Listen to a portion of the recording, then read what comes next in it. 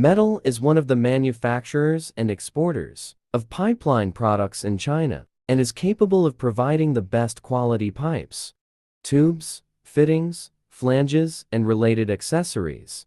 A flange is a disc-shaped part for connecting pipes, valves, equipment, etc. It usually has bolt holes and connects components via bolts. The main function of a flange is to provide sealing and connection to prevent leakage during operation. It works under various pressure and temperature conditions and suits the transportation of diverse fluid media. Slip-on flange has a hole with matching outside diameter of pipe from which pipe can pass. The flange is placed on pipe and fillet welded from both inside and outside. Slip-on flange has several characteristics. It has a relatively simple structure and is easy to manufacture. The installation is convenient and does not require high-precision alignment operation. It can compensate for the thermal expansion and contraction and slight offset of the pipeline to a certain extent. It is usually used in low-pressure and low-temperature pipeline systems. Compared with other types of flanges, its cost is relatively low.